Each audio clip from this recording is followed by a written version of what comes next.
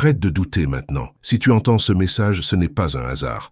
Dieu est en train de préparer quelque chose d'immense pour ta vie. Même si aujourd'hui tout semble sombre, même si tu ne vois pas encore le bout du tunnel, sache une chose, le silence de Dieu n'est jamais son absence, mais l'indice qu'il travaille dans l'invisible pour toi. Nous traversons tous des moments où nous doutons. Tu pries, tu attends, mais rien ne semble changer. Et parfois, la peur ou la tristesse prend le dessus. Mais aujourd'hui, je veux te rappeler une vérité puissante. Dieu est en train de t'amener vers quelque chose de bien plus grand que ce que tu imagines. Écoute ce passage dans Jérémie 29, 11. « Car moi, l'Éternel, je connais les projets que j'ai formés pour toi, des projets de paix et non de malheur, afin de te donner un avenir et de l'espérance. » Ce verset est une promesse. Même si tu te sens perdu, Dieu a déjà tracé ton chemin. Peut-être que tu passes par une saison de perte, de maladie, de déception ou même d'échec. Tu regardes autour de toi et tu te dis « Seigneur, pourquoi moi? Pourquoi je souffre autant alors que je t'ai toujours suivi ?» Sache une chose, tes larmes ne sont jamais invisibles aux yeux de Dieu. Dans Psaume 56, 8,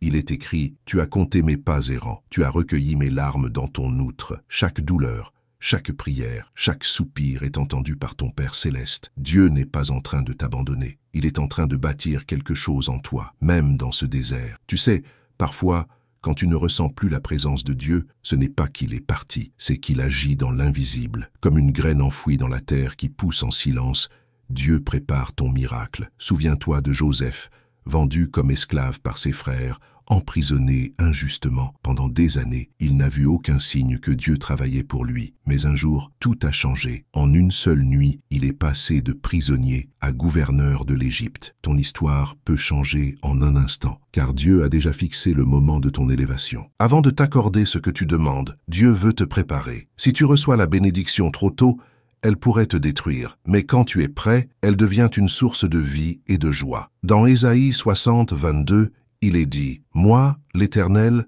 je le hâterai en son temps ». Cela signifie que Dieu ne se trompe jamais de calendrier. Le délai que tu ressens aujourd'hui est en réalité une préparation pour quelque chose de bien plus grand. Ne combats pas le processus, laisse Dieu te façonner. Ce que tu dois faire maintenant, continue à croire, même quand c'est difficile. La foi, ce n'est pas voir, c'est faire confiance dans l'invisible. Hébreux 11, 1 dit « Or la foi est une ferme assurance des choses qu'on espère, une démonstration de celles qu'on ne voit pas. Pardonne et libère ton cœur. Ne laisse pas l'amertume t'empêcher de recevoir ce que Dieu veut t'offrir. » Matthieu 6, 14 dit « Si vous pardonnez aux hommes leurs fautes, votre Père céleste vous pardonnera aussi. » Sois reconnaissant même dans l'épreuve. La gratitude attire la bénédiction.